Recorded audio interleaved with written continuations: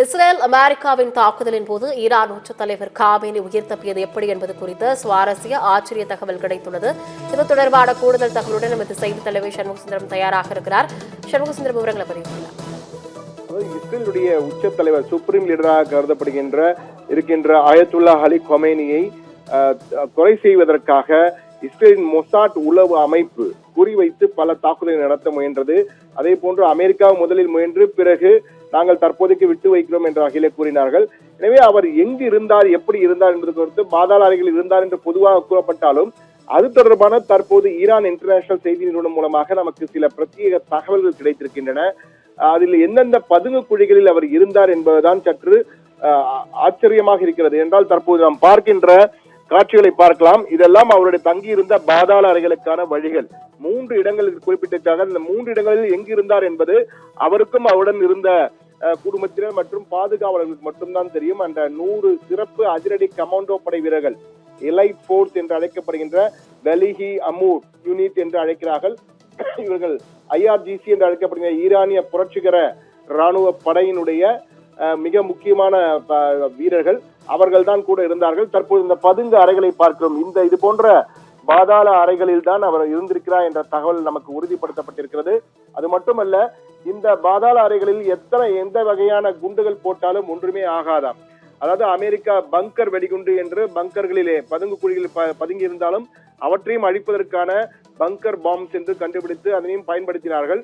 ஆனால் இந்த பதுங்கு குழிகள், இந்த பாதாள அறைகளில் அந்த பங்கர் பாம்ஸ் போட்டாலும் எதுவும் ஆகாத அளவுக்கு மிகவும் எஃகு போன்ற உறுதி கொண்ட சுவர்களை கொண்டு இந்த பாதாள அறைகளை அமைத்திருக்கிறார்கள். அது குறித்த சிறப்பு காட்சிகள் தான் நமக்கு எக்ஸ்க்ளூசிவாக கிடைத்திருக்கின்றன. அதை தான் தற்போது நாம் பார்த்துக் கொண்டிருக்கிறோம். இது போன்ற அறைகளில் தான் அயத்துல்லா அலி காமேனி மற்றும் அவருடைய குடும்பத்தார் அனைவரும் இருந்திருக்கிறார்கள். அவருடைய மகன், அவருடைய பேரன்கள், அதே போன்ற அவர் குடும்பத்தை சேர்ந்தவர்கள் மட்டும் இருந்திருக்கிறார்கள். கூடவே 100 அதிரடி கமாண்டோ படை வீரர்கள், எதற்கும் தயாராக போரிடக்கூடிய, தன் உயிரை துச்சமென மதித்து உயிரை துறந்து பாதுகாக்கக்கூடிய அளவுக்கு அந்த 100 அதிரடி கமாண்டோ படை வீரர்களும் இருந்திருக்கிறார்கள். இவர்கள் அந்த ஈரான் ரெவல்யூஷனரி கார்ட்ஸ் கார்ப்ஸ் என்று அழைக்க வேண்டிய IRGC அமைப்பின், ஈரான் புரட்சிகர ராணுவ படையினுடைய சிறப்பு பிரிவினை சேர்ந்தவர்கள், எலீட் குரூப் என்று மிகவும் தனித்துவம் வாய்ந்த படையினர். இந்த 100 அதிரடி கமாண்டோ படை வீரர்கள் தான் அவருடன் இருந்திருக்கிறார்கள். இவர்கள் பொதுவாக லீடர்ஷிப் ஹவுஸ் டிஸ்ட்ரிக்ட் 11 என்று ஒரு மாவட்டம் இருக்கிறது. ஈரான்ல ஒரு மாகாணம் டிஸ்ட்ரிக்ட் 11 என்று இருக்கிறது. அங்கு உள்ள லீடர்ஷிப் ஹவுஸ், அதாவது பெய்ட் ரெபேரி என்று அழைக்கிறார்கள். ஈரானிய மொழியிலே பெய்ட் ரெபேரி என்று அழைக்கிறார்கள். பெய்ட் ரெபேரி என்றால் உச்சபட்ச தலைவர் தங்குகின்ற மாளிகை என்று பொருள். அந்த லீடர்ஷிப் ஹவுஸ் என்று அழைக்கப்படுகின்ற அந்த இடத்தில் தான் அவர் தங்கி இருந்தார். ஆனால் இஸ்ரேலுடைய தாக்குதல் தொடங்கிய உடனேயே அவர் அங்கிருந்து அதிகாரிகளால் எச்சரிக்கப்பட்டு அங்கிருந்து வெளியேறுகிறார். வெளியேறும் போது மிக தெளிவாக அவர் திட்டமிட்டு, தான் இல்லாவிட்டாலும் தன்னுடைய இயக்கத்தின் தன்னுடைய உத்தரவின் பேரில் இயங்க வேண்டும் ஈரான் என்பதற்காக மிக தெளிவாக ஒவ்வொரு ராணுவ கமாண்டர்களுக்கும் இணையாக 3 பேர், ஒருவர் A என்றால் B, Z என்ற இருவரையும் சேர்த்து ஒவ்வொரு பதவிக்கும் 3 பேரை தயார் செய்துவிட்டு செல்கிறார்.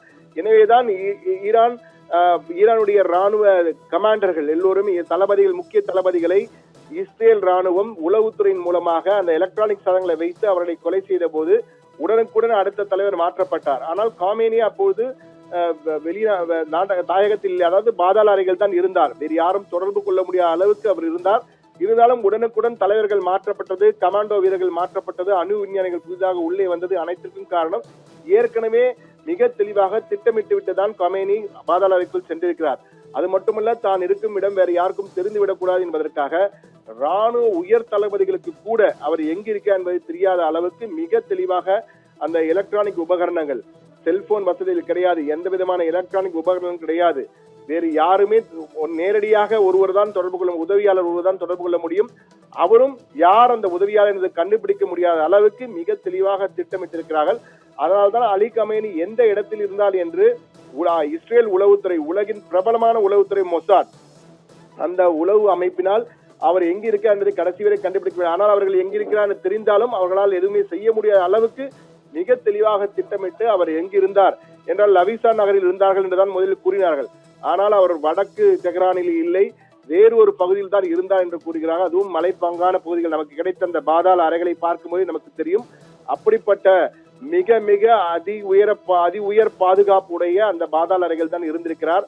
எனவே அவர் இருந்தது ஈரான் ராணுவத்தின் உயர் தளபதிகளுக்கே தெரியாது. அந்த அளவுக்கு மிகவும் ரகசியமாக அவர் இருந்த இடம் பாதுகாக்கப்பட்டது.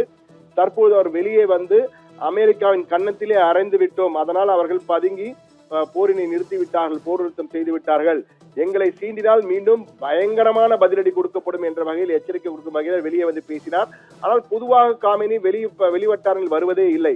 அவர் இந்த லீடர்ஷிப் ஹவுஸ் என்ற இடத்திலேயே தான் பேசுவார். அங்கு என்ன உரையாற்றினாலும் அந்த இடத்திலிருந்து தான் உரையாற்றுவார். அவைதான் வெளி இடங்களுக்கு கொடுக்கப்படும்.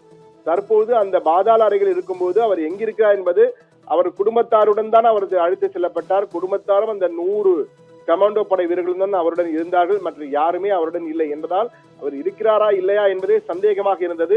ஆனால் தற்போது வெளிவந்து பொதுமக்களிடம் உரையாற்றிய பிறகுதான் காமேனி உயிருடன் இருக்கிறார் என்றும் உறுதியான தலைமையாக இருக்கிறார் என்பதும் வெளியே தெரிய வந்திருக்கிறது.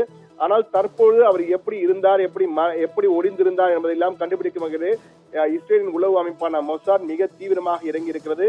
ஏனால் மொசாட் அமைப்பின் சேர்ந்த பலர் ஏற்கனவே ஈரான் ராணுவத்திலேயே ஊடுருவிருக்கிறார்கள் என்பதும் கண்டுபிடிக்கப்பட்டு பலர் தற்போது கைது செய்யப்பட்டார்கள். சிலருக்கு தூக்கு தண்டனையும் கொடுக்கப்பட்டது. ஆனால் தற்போது இது எப்படி இந்த தகவலை நாங்கள் விட்டுவிட்டோம் என்ற வகையிலே மொசாட் அமைப்பு மீண்டும் தன்னுடைய கட்டமைப்பை சீரமைத்து உளவுத்துறையை மேலும் வலுவாக்கி இருக்கிறது.